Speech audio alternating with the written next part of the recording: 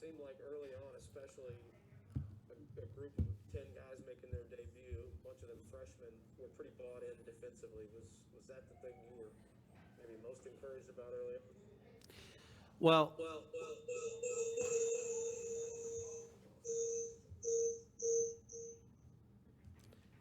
well,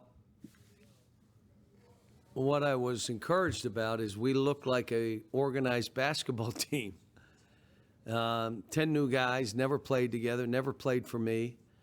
We went 40 days of torture, yet they came out. And again, I got 2 or 3 guys that have to create new habits. And if I can get that, I like this group.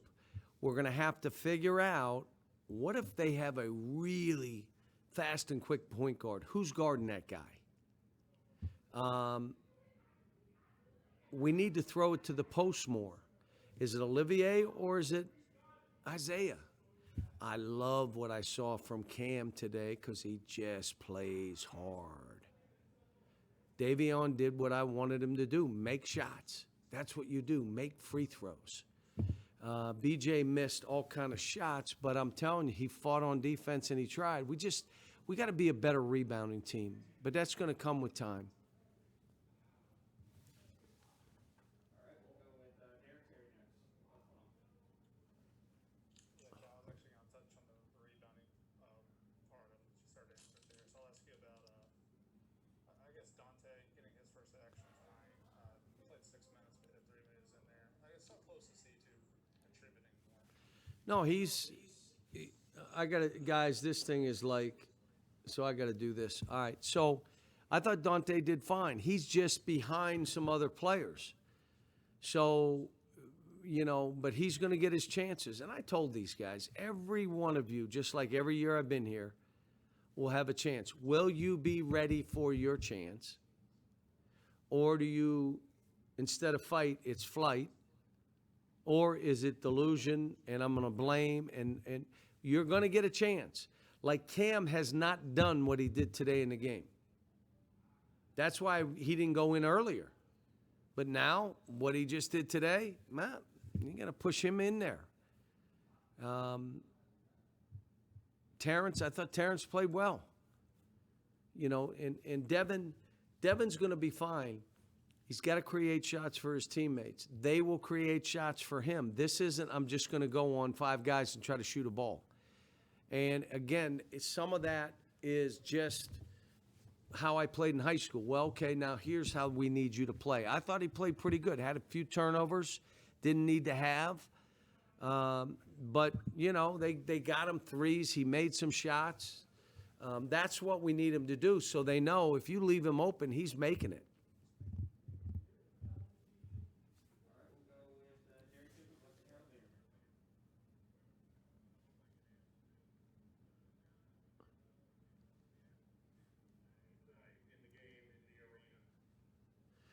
Jerry, I didn't hear it. Jerry, ask me again. Did you hear me, John? No, I didn't. I'm sorry. I just wondered what you thought of the atmosphere tonight, the unusual setting and everything.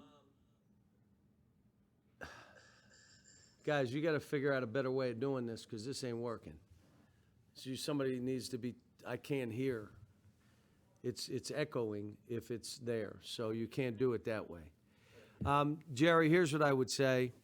I don't know the protocol, but I know our university, from the president to our athletic director, has done an unbelievable job. The kids are disciplined, and that's why we've kind of gone through this, including on our campus like we have. It's incredible. I think now, how do we do the same with fans? Is there some way we can test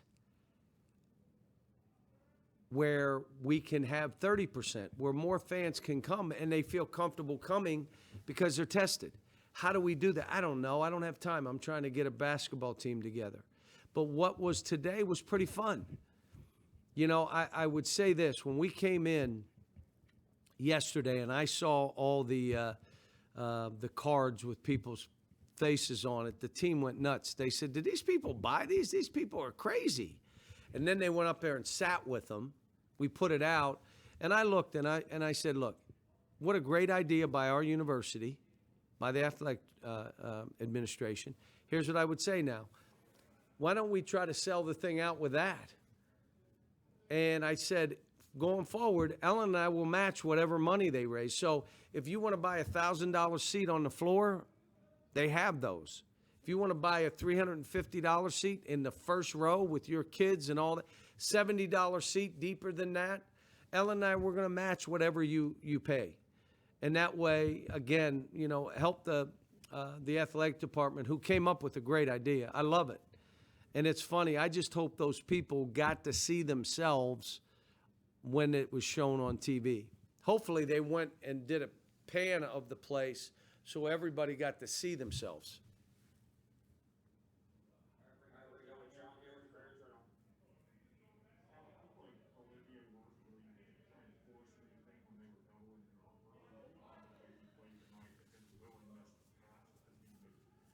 Well, here, you're talking to Olivier? That's right, yeah. He still has some habits. I got to get him to just shoot a straight jump hook. The 15-footer he has. But when we throw that thing to the post, you can't step through, step, and try. You won't get that off in our league. The jump hook, you're 7 foot tall, just do it. And if you miss it, go rebound your miss. The other guy that played, again, what I keep saying to him, do what the game is telling you to do. BJ didn't really force anything. He missed some shots. Not one was a forced bad shot. Not one. Can you imagine? And everybody's saying he's going to lead the nation in score. He didn't come out here just to, I've got to score. I got to get back. He didn't play that way. I was so proud of him. You know, I wish he'd have played a little better offensively, made a couple more baskets. But Terrence, I mean, the people back in Boston watching what he did, he cramped up today because he's never played that hard for that long. He cramped up. You know, that's not why. Oh, yeah, it is. Your body looks at you and says, what in the world are you doing? You never done this before to me. But, you know, again, you know, Isaiah, I thought, fought and did good stuff, and you see they're basketball players.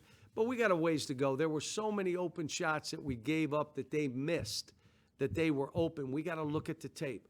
Our pick-and-roll defense, bigs didn't stay long enough, guards didn't fight. I thought we scrambled pretty good. I thought we had tags on the weak side. The only reason that we trapped is I wanted to see if we could figure out how to rotate, and we did. We did a pretty good job. You know, we went big to big, which I don't like because it puts both of our big guys on their big guy, and any rebound they're going to get if they, you know, they throw it out and shoot it. But I just did it to mix up the game a little bit.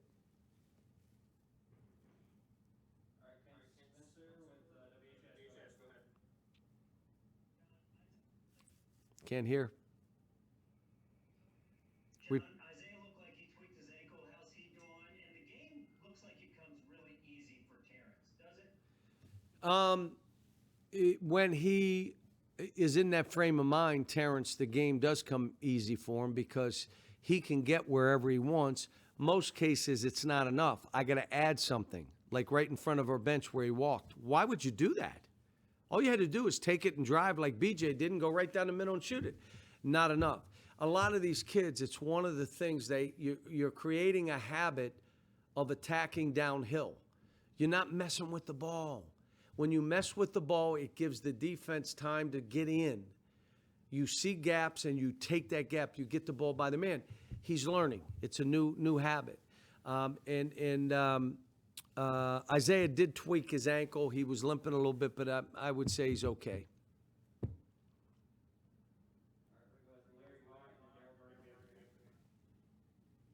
John, I just was wondering, how do you evaluate Davion's play? It looked like he talked both on offense and defense like you like. Yeah, the only play I went crazy about is we pressed and he was kind of behind his man and they threw it to his man. And the way they were scoring is we were fouling and giving them free throws. Don't do that. And he pushed up and bodied a guy. Said, "You're a senior. You know better than that." The guy caught it, and I just play him. there are many games we're going to play that could be the difference in the game. Free throws. You know, we're supposed to be that team that goes and shoots. Terrence missed free throws today. He's a good free throw shooter. I got so mad I screamed at him on the other one. He missed 3 in a row. Are you kidding me? What are you doing? And I screamed at him, make the free throw, and he made it. But, you know, I mean, again, Davion for this team, you see how important he is to this team. And a veteran presence. And we can now flip him in and let Terrence play some point guard. So it's kind of a good thing. And I met with him today to just talk, and he said, Coach, I trust you. You know, the last couple guys that told me that, it ended up kind of working well for Shea and Emmanuel quickly.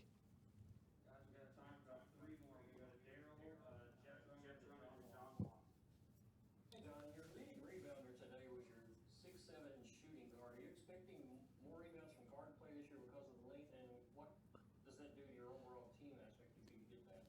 Well, we need our bigs to rebound better. But what I like is when a guard rebounds, they know they're allowed to bring it up and go. So if it's the 1, 2, or 3 and they rebound, just go. So who was the leading rebounder as a guard? Who was it? Yeah. And if you notice, I put him on the baseline a bunch versus zone and man because of that. It's a way of getting easy baskets, especially when you go 0 for 4 from the 3. I'm looking at you on the screen. That's why I'm looking that way. All right, Jeff, Curley, go ahead. No, Cal, Sorry, Jeff. Go ahead, Jeff. All right. Yeah, Cal, you kind of touched on it at the beginning, being a little bit surprised with the cohesiveness for a first time out with 10 new guys. You really didn't have any part of this game where there was a scoring drought or anything of that nature. Does that really surprise you for the first game? It really does. And they played zone. So now they're playing man and zone and pressing. I mean, you got to be organized.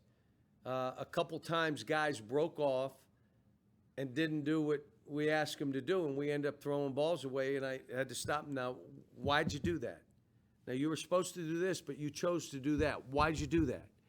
And those are, again, guys being engaged with us and understanding, but the reality of is what you said. We look like an organized basketball team. Can you imagine? We've been 40 days, 30 practices in 42 days. And this is what we look like. So I'm happy. Now, when we start talking all these next games we're playing, I did these guys a disservice. I did my team a disservice, but I thought Keon would be playing. So I thought, you know what? We got some veterans and young, we'll be fine. Without Keon, it makes this schedule totally a different deal. And basically not really fair for these guys. No one's doing what we're doing. We're playing all these teams from here until we start our league. And when you got young guys are fragile now. They're 18 acting like this. Yeah, get hit in the mouth twice. And all of a sudden you're like, oh, you see guys playing like that then. And they're young. So I'm going to have to be as positive and patient as I've ever been.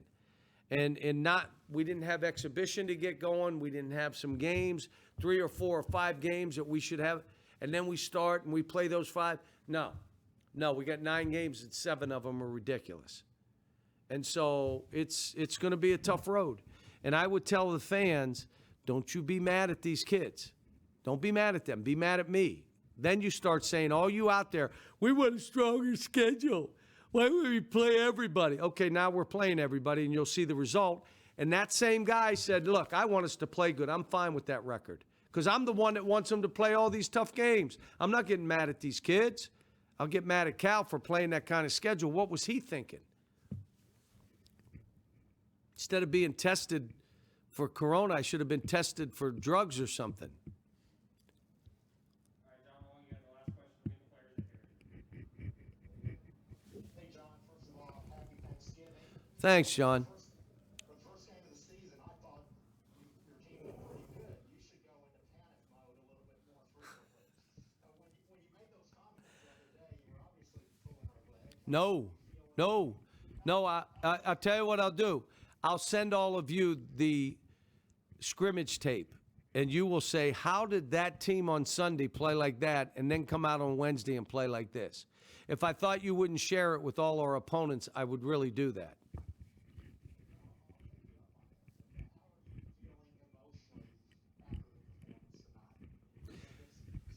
No, I'll be fine. But this has been a tough 4 or 5 days because Brad was coming home. Brad was going to play in Rep Arena.